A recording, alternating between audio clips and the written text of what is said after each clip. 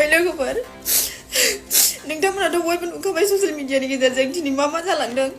अनजिता बर' आं बेरलांमारि अदलागुरि गामिनि पस्ट बदियागुरि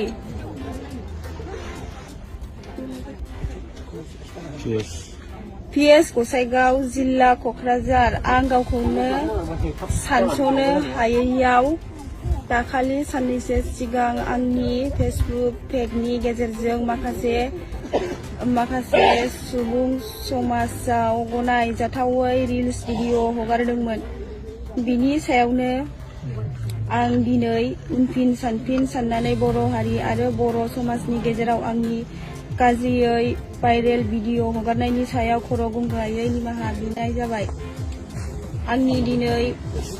आं दिनै बयनिबो गेजेराव खोथा होयोदि दिनैनिफ्राय आं रिल्स भिडिअ बानायनायखौ बन्द' खालामनाय जाबाय। इयुनाव आं जुदि रिल्स बानायबावो अब्ला आंनि सायाव साफ्रोमबो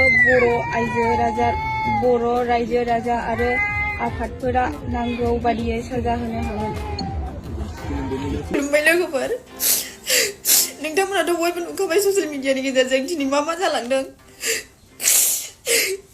दिनै एबसुनि ओमफ्राय गामिनि गार्जेन ओंखारनानै आंनि भाइरेल भिडिअनि सायावहाय गोबां खोथा सावरायदों आरोना। आंनि रिल्स बानायनाय मानायखौ आंखौ बन्द' खालामनो होदों, बेफोरबायदि गाज्रि भिडिअ लाबोनो मोना, जेबो लाबोनो मोना होननानै।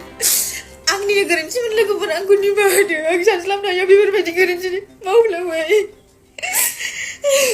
नाथाय आंल' नङा आरोना लोगोफोर, बुहुत आइजोफोरानो बुहुत हिनजावफोरानो बेफोरबायदि भिडिअ लाबोगासिनो दङ। नाथाय बिसोरखौ नुवाखै। आंखौ दिनै जोंनि समाजा आंखौ नुदों, आंखौ खालामदों। आंनिनो गोरोन्थिमोन लोगोफोर, आंखौ निमाहा होदो।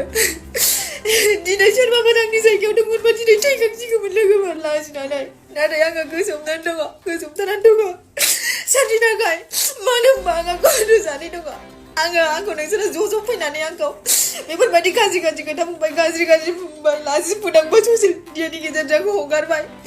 आङो लाजिनानै दायो सुइसाइड जानानै आं थैयोमोनबा नोंसोर आंनि गथ' गथायखौ, नोंसोर आंनि फिसाखौ नायफैगोन नामा? आंनि फिसाखौ नोंसोर जाहोफैगोन नामा? आंनि फिसाखौ नोंसोर नायफैगोन नामा? बुंलाय। आंनिनो गोरोन्थिमोन लोगोफोर, आंखौ निमाहा होदो। आंखौ निमाहा होदो। आं दिनैनिफ्राय बेफोरबायदि गाज्रि नायथावै भिडिअ लाबोला आंखौ निमाहा होदो लोगोफोर।